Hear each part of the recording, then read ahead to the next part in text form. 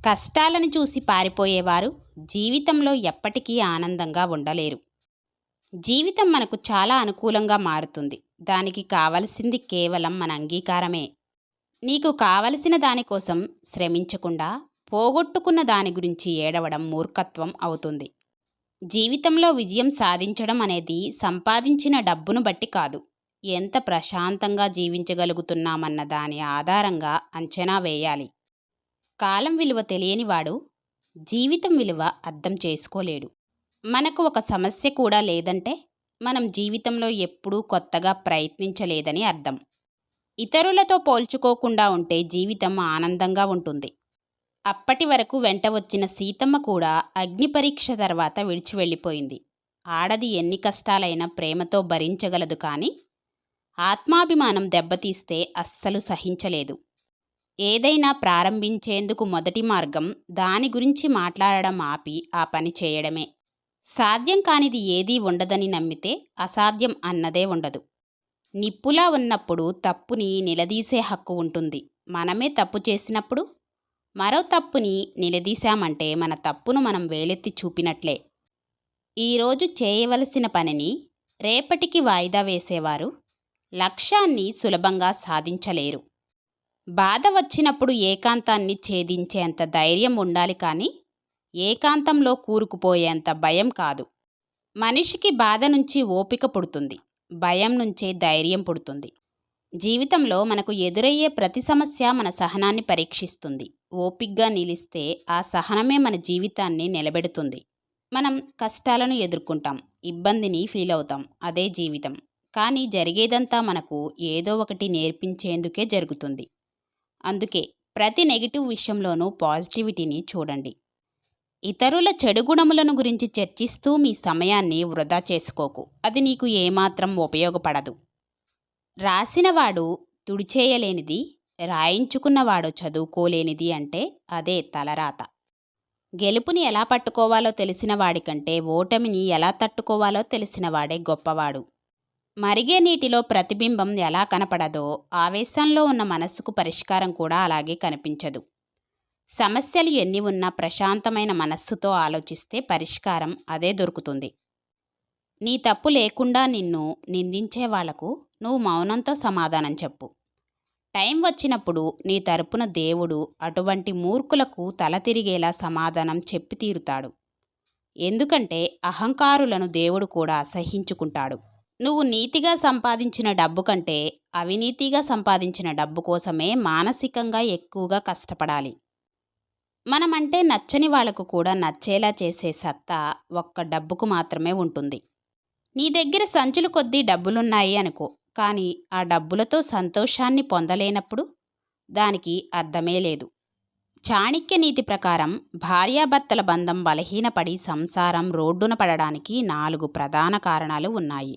అవి: 1 అహంకారం కలిగి ఉండడం, 2 నమ్మకం లేకపోవడం, 3 దాంపత్య రహస్యాలను గోప్యంగా ఉంచకపోవడం, 4 అబద్ధాలు చెప్పడం. తప్పుదోవలో ముందుకు పరిగెత్తడం కంటే మంచి మార్గంలో నిదానంగా నడవడమే ఉత్తమం. నీకంటే పైమెట్టు మీద ఉన్నవాడిని దాటుకుని పైకి చేరాలని నువ్వు ఆశించడంలో తప్పులేదు, కానీ నీ కింది మెట్టు మీద ఉన్నవాళ్ళు నిన్ను దాటుకొని పైకి వెళ్లకుండా తొక్కి పెట్టాలని ఆలోచించకూడదు. అలా తొక్కుకుంటూ నువ్వు ఎంత ఎత్తుకు ఎదిగినా మీ వ్యక్తిత్వం మాత్రం కింది మెట్టు మీదనే ఉండిపోతుంది. శుద్ధి చేస్తే శుభ్రం కానిదంటూ ఏదీ లేదు. అది శరీరమైన, వస్తువైనా, మనసైనా, మన ఆలోచన విధానమైనా. ప్రపంచంలో భారీ విజయాలు సాధించిన వారంతా జీరో నుంచి ప్రారంభించిన వారే. కాబట్టి అవకాశాల కోసం ఎదురు చూడకుండా ఆ అవకాశాలని మీరే సృష్టించుకోండి. లైఫ్లో గుర్తుపెట్టుకోవాల్సిన కొన్ని విషయాలు: తెలివిలేని నిజాయితీ నిరుపయోగం, నిజాయితీ లేని తెలివి ప్రమాదకరం, అనుభవం లేని చదువు కన్నా చదువు లేని అనుభవం గొప్పది, కష్టం తర్వాత వచ్చే ప్రతిఫలం మధురమైనది, ప్రతి వ్యక్తి తనకు తానే దీపమై స్వయంగా మార్గదర్శకం చేసుకోవాలి. జీవితం విలువ కష్టపడితే తెలుస్తుంది, ఒకరి మీద ఆధారపడితే కాదు. సాధ్యం కాదు అనుకుంటే ఏ పని చేత కాదు. ప్రయత్నించి చూడు, పోయేదేముంది? గెలిస్తే సంతోషం వస్తుంది, ఓడితే అనుభవం వస్తుంది. నలుగురు ఏమనుకుంటారో అని ఆగిపోతే జీవితమంతా నలిగిపోతూ బ్రతకాల్సిందే. నువ్వు నీలా ఉండలేని చోటు నువ్వు ఉండాల్సిన చోటు కాదు. మనమంటే ఇష్టం లేని వారితో పదే పదే మాట్లాడి వాళ్ళ దృష్టిలో అలసైపోవడం కంటే మాట్లాడకుండా మౌనంగా ఉండడమే మంచిది. జీవితంలో సెక్యూరిటీ అనేది ఒక అపోహ మాత్రమే. జీవితం అంటేనే ఓ సాహసం. సాహసం చేయలేకపోతే జీవితంలో ఏదీ మిగలదు.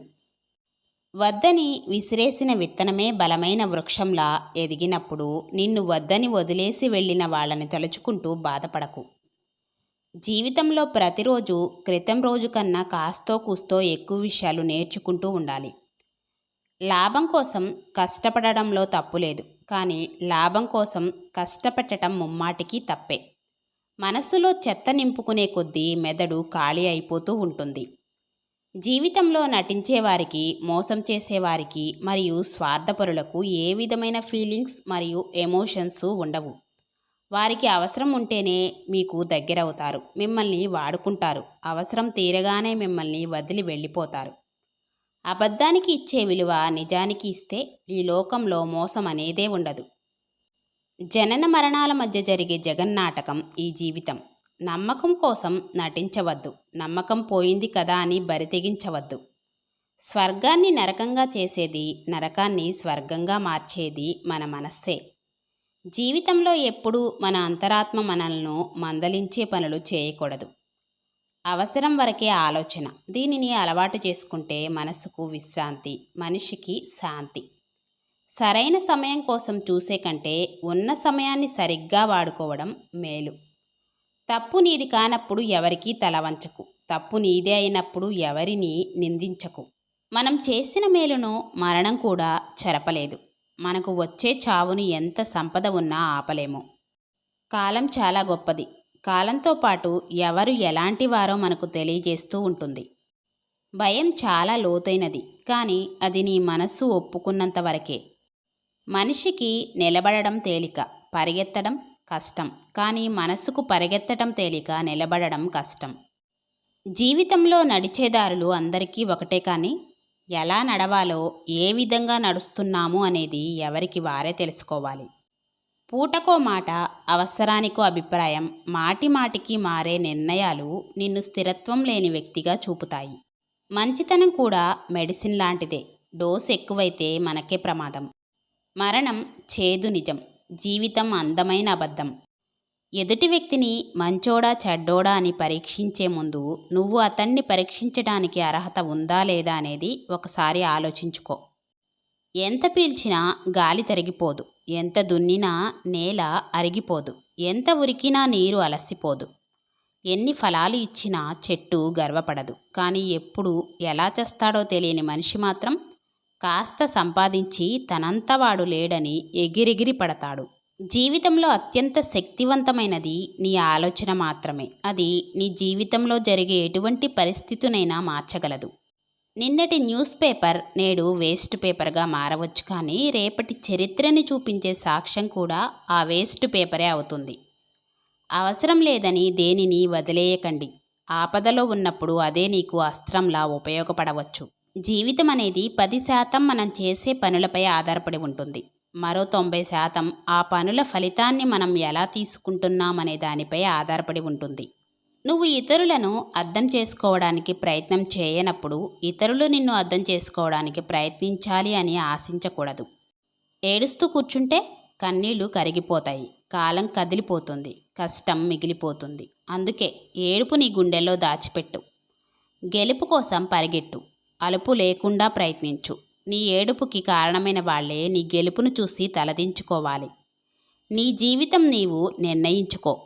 చెప్పులు లేవని ఏడ్చేవాడికి కాళ్ళు లేనివాడు కనిపించే వరకు అర్థం కాలేదట తాను ఎంతటి అదృష్టవంతుడో అని. ఎక్కడైతే నువ్వు ఎక్కువ చనువు చూపిస్తావో అక్కడే నువ్వు మరీ ఎక్కువ చులకనవుతావు. ఒక్కసారి మాట తేడా వచ్చిన మనిషి దగ్గర మళ్ళీ మాట కలుస్తుందేమో, కానీ మనసు ఎన్నటికీ కలవదు. 7 అడుగులు వేస్తేనే పెళ్ళవుతుంది, కానీ ఎన్ని కష్ట నష్టాలు ఎదురైనా తట్టుకొని కొన్ని వేల అడుగులు ముందుకు వేస్తేనే అది భార్యాభర్తల బంధం అవుతుంది. విన్నారు కదా ఫ్రెండ్స్, ఇది ఈరోజుటి వీడియో. వీడియో నచ్చుంటే లైక్ ఇచ్చి మీ ఫ్రెండ్స్, మీ రిలేటివ్స్కి షేర్ చేయండి. నా ఛానల్ని ఫస్ట్ టైం ఎవరైనా చూస్తూ ఉంటే సబ్స్క్రైబ్ చేసుకొని నాకు సపోర్ట్ చేయండి. నా నెక్స్ట్ వీడియోతో నేను మీ ముందుంటాను. అప్పటి వరకు బాయ్.